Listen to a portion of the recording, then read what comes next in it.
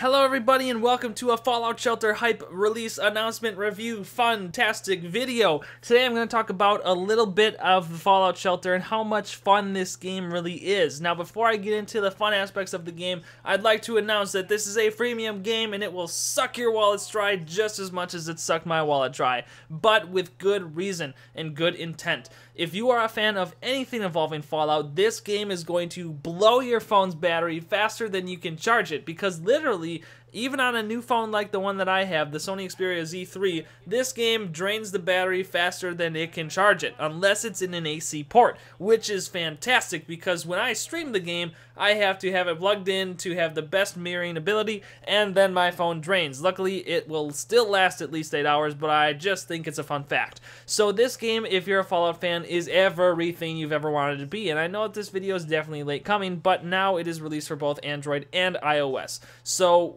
Android fans like myself, rejoice, unite. Let me know what you guys, first off, all think of this video. I'm just going to talk a little bit. You comment and tell me how your vault's going, what your vault number is. If there's anything that you want me to explain tips and tricks wise, I want to make a couple videos on how to get started, how to make babies, how to get your dweller count up, how to have the most success in your vault, how to keep your happiness up, and all that liking. So I want to get straight to it and just discuss how much fun this game really is. I'm a huge fan of Fallout. I've played only Fallout 3 in Vegas, but hey, that's fine. I'm still a fan. That's okay, Bethesda. I still buy your stuff, and I've bought more money in lunchboxes than I probably have in Fallout 3 in New Vegas with all the DLC combined. But that's a separate time. That's a separate story for a separate time. So this game has so many references to so many different Fallout games. It's got guns and weapons that you will recognize. It has followers and dwellers that you will notice and names that you will recognize within the game. There are references to every sort of point in the game, and since they're such huge games, it's great to see that Bethesda was able to smush so many fun references of the Fallout series into one little mobile game.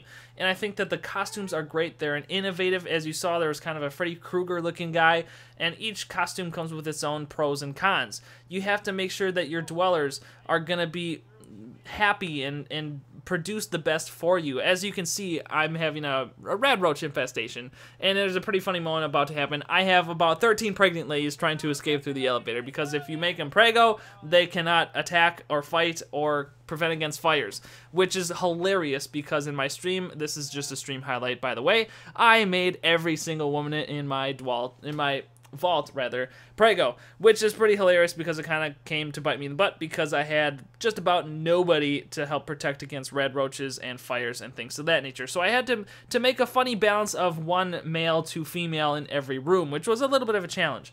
But playing this game has so many fun moments to it.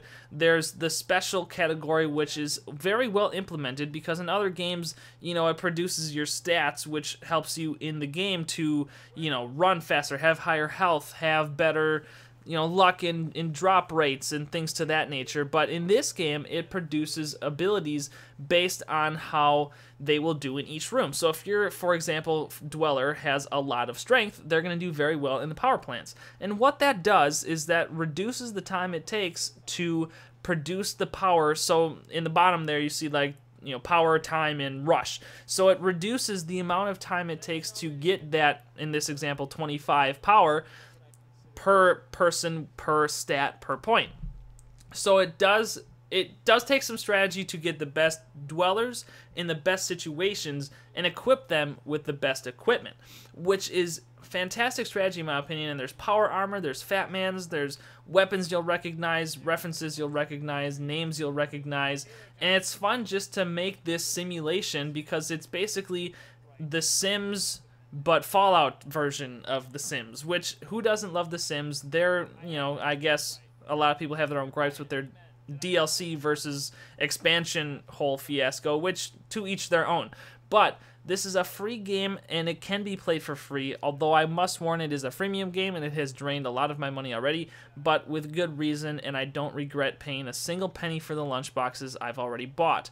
The happiness levels, there's so much that you can do, and what they did well is they balanced it so that you don't have to consistently play, because if you play for long sittings, it takes 3 hours for your pregos to have babies and another 3 hours for those babies to become adults.